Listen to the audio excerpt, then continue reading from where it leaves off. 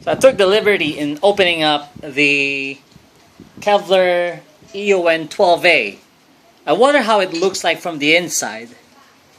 Alright, so that's the amplifier, the electronics that makes the thing work. Right?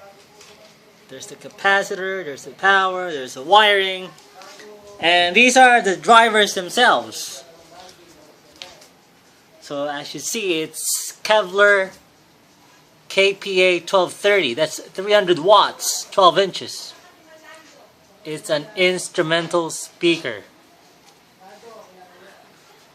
So that produces mids and very good for the voice, and it has that vent in the middle of the magnet. It's a ferrite magnet. That's how big it is.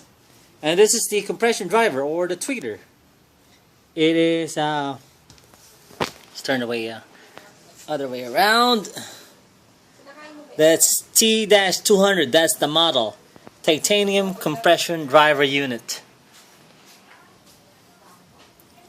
And 8 ohms, 96 decibels. Frequency response is 900 hertz to 20 kilohertz. Alright. And there's the other set that I haven't opened. I'm not going to open that one. Alright, there you go. I hope you enjoyed how the Kevler EON-12A looks from the inside. And again, that's plastic molded.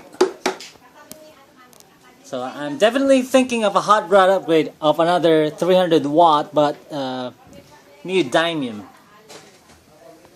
There you go. Practice and enjoy.